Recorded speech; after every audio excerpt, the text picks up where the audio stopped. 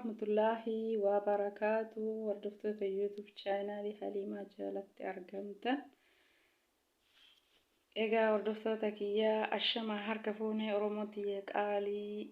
وروني سبسكرايبي لايكي قوتان هدو غلطوما غلني كيسان قدا وروني عرفاتان اللي أسمان سبسكرايبي لايكي قد أسنين جدا. إيجا فيديو كي قرأ واي مجاك مسلم أصون جدين كريستيان أصون جدين أبا مسكينة أبا هيسة أبا ركتا أبا دبما أبا ميدما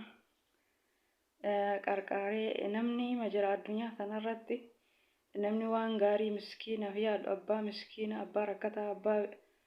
نما بيلاي نما حجما ركتا هنداتي ربين أمري ساها ديرسو كأك إسانو فابا يسو أروتنا نما بيكين ركته هندا قرقار سبدن هنداه ربين دچان جزاء إساني فاديبو دنيا إساني بكتا فوداني دمني ربين إساني هاتاسسو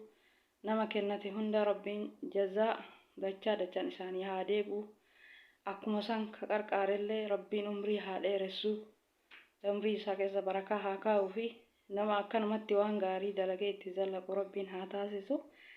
أبنات كاساي مجاجد مكان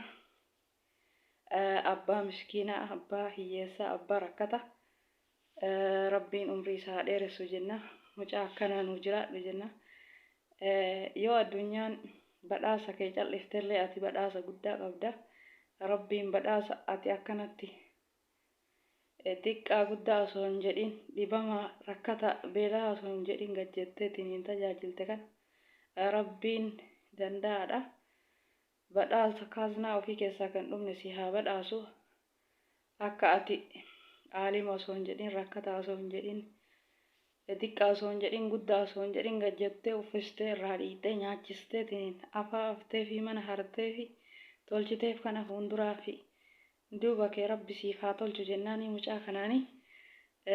rabbiin umrii isaa haa dheeressu abbaa miskiinati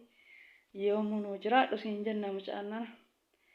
jiraadhu rabbiin muraada kee hunda siif haa guutu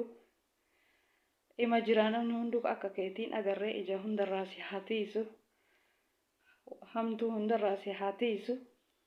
ka akka keetii takkaan agarree jabaadhu akka keetii ammallee rabbiin nuuf haa baay'isu jennaani abbaa miskiinaa nuu jiraadhu abbaa rakkataa fuula ibse abbaa beelaa fuula ibse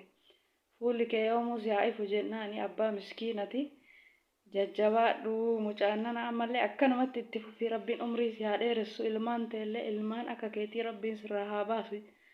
jennaani mucaa kanaani asumaan isinillee viidiyoo kiyya like subscribe share gochuun dagatina hordoftoota kiyya hanga viidiyoo biraati walitti deebinutti assalaamu alaykum wa rahmatullaahi wa barakaatuh hordoftoota kiyya isiniin jedha.